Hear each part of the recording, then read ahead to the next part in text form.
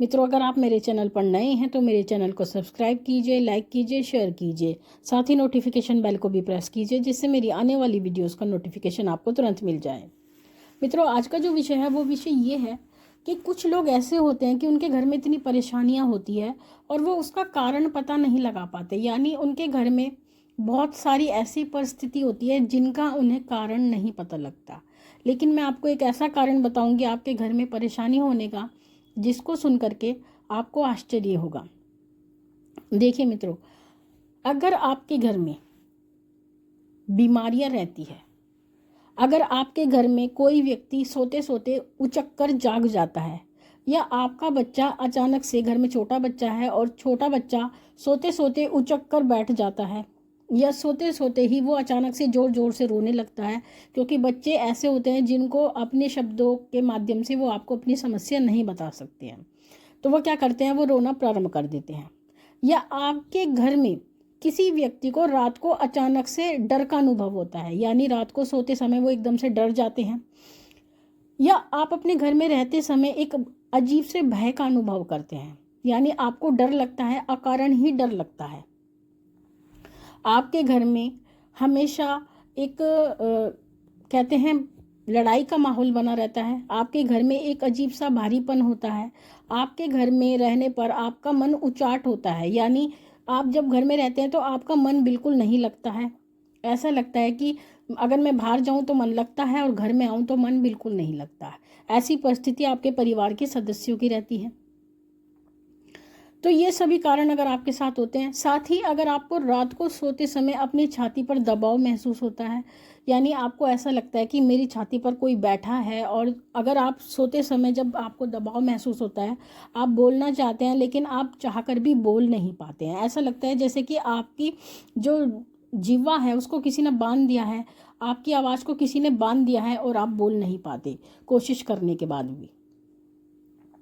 तो अगर ये सभी परिस्थितियाँ आपके साथ होती हैं तो इसका एक बहुत बड़ा कारण होता है कि जिस भूमि पर हम निवास करते हैं उस भूमि का शुद्ध ना होना। ये अपने आप में एक बहुत बड़ा कारण होता है, जिस कारण से व्यक्तियों को ये परेशानी झेलनी पड़ती है और इसका कोई भी समाधान उन्हें दूर दूर तक दिखाई नहीं देता है। अगर आपके साथ में ये परिस्थिति बन रही है तो उसका कारण ये है कि आपकी जो भूमि है वो भूमि अशुद्ध है।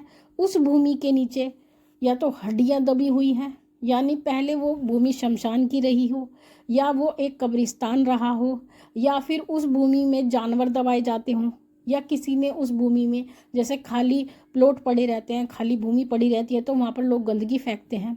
गंदगियों में वो सारी चीज़ें फेंकते हैं। जो लोग मांसाहार का सेवन करते हैं वो लोग हड्डियाँ भी फेंकते हैं, यानी उस भूमि में हड्डियां दबी हुई हैं, या कोई कंकाल दबा हुआ है जो कि नरकंकाल भी हो सकता है। उसमें कोई तंत्र की चीज़ें गड़ी हुई हैं, यानी किसी ने तंत्र करने हेतु, जैसे कोई व्यक्ति किसी के ऊपर तंत्र करता है तो तंत्र करने के लिए कुछ वस्तुएं होती हैं जो भूमि में गाड़ दी जाती हैं, तो वही वस्तुएं आपकी उस भूमि में गड़ी हुई हैं। और साथ ही उस भूमि के अंदर जो नींव खोदी गई थी उसका जो भूमि पूजन है वो सही प्रकार से नहीं हुआ। उस भूमि पूजन में कुछ वस्तुएं होती हैं, जैसे चांदी का टुकड़ा दबाया जाता है, नाग नागिन का जोड़ा दबाया जाता है, या यंत्र भी दबाया जाता है, वास्तु निवारण यंत्र भी दबाया जाता है। तो ये सब चीज़ें आपने उस समय पर नहीं दबाई थी। तो इस कारण से, क्योंकि जो भूमि अशुद्ध होती है तो जिनकी हड्डियां वहाँ पर दबी होती हैं या नरकंकाल होते हैं, तो वो क्या होती हैं, जहाँ पर उनकी हड्डियां दबी होती हैं आत्माओं की, तो वो आत्मा वहीं पर विचरण करती रहती हैं। और ऐसी भूमि पर अगर भवन बना दिया जाता है तो उस भवन में रहने वाले व्यक्तियों को इन परेशानियों का सामना करना पड़ता है। वो अकारण ही परेशान रहते हैं, उनका मन किसी कार्य में नहीं लगता है, और उनके घर में बिना मतलब की परेशानियां रहती हैं। वो कितना भी पूजा पाठ कर लें, पूजा पाठ करने से भी उनके घर की परेशानी सही नहीं होती है, यानी वो इसी परेशानी को झेलते रहते हैं। उनके घर में नकारात्मकता इतनी ज़्यादा हो जाती है कि कोई बाहर से ही देख के बता सकता है कि इनके घर में कुछ ना कुछ है। ऐसा आभास सामान्य लोगों को भी होने लगता है, क्योंकि ऐसी जगहों पर ऐसी आत्माओं का वास हो जाता है, क्योंकि जहाँ पर उनकी अस्थियाँ दबी हुई होती हैं वो उस स्थान को छोड़ती नहीं हैं। वो उसी मोह के कारण, यानी जहाँ पर उनका शरीर दबा होता है, उसी मोह के कारण वो आत्मा वहीं पर अटकी रहती है, उसी जगह वो निवास करती रहती है। और इसी कारण से वो रात को सोते समय आपको दबाती है और आपको परेशान करती है, आपके छाती पर बैठ जाती है, आपको बीमारियां देती है, आपके घर में लड़ाई झगड़े करती है, आपके घर में ऐसी भी परिस्थिति कर देती है कि आत्महत्या करने तक की भी परिस्थिति को ला देती है। तो मित्रों, ऐसी परिस्थिति में अगर आपके साथ ये सभी परेशानियां होती हैं तो आपको क्या करना है? ऐसी परिस्थिति में आपको कम से कम वर्ष में एक बार हवन अवश्य कराना है। और साथ ही ये ध्यान रखना है कि 1 वर्ष तक तो आपको हर महीने ही हवन कराना है, यानी हर माह आपको हवन कराना है, क्योंकि हवन कराने से घर की शुद्धि होती है और घर में जो नकारात्मक ऊर्जाएं होती हैं वो घर के स्थान को छोड़ के जाती हैं, यानी जो उस स्थान के मोह में रहती हैं उनका जो है मुक्ति होती है हवन करने से। आपको हवन कराना है। साथ ही घर के परिवार के सदस्यों को अगर कोई परेशानी है, उसको नकारात्मक ऊर्जा का प्रभाव लगता है, तो उसको बजरंग बाण का पाठ करना है। घर में आप धुनी अवश्य दें। धुनी करने से भी नकारात्मक ऊर्जाओं का जो वास होता है वो खत्म होता है, वो उस स्थान को छोड़कर चली जाती हैं। साथ ही अपने घर में पूजा पाठ अच्छी प्रकार से रखें। नित्य प्रति सुबह शाम आपको दिया जलाना है।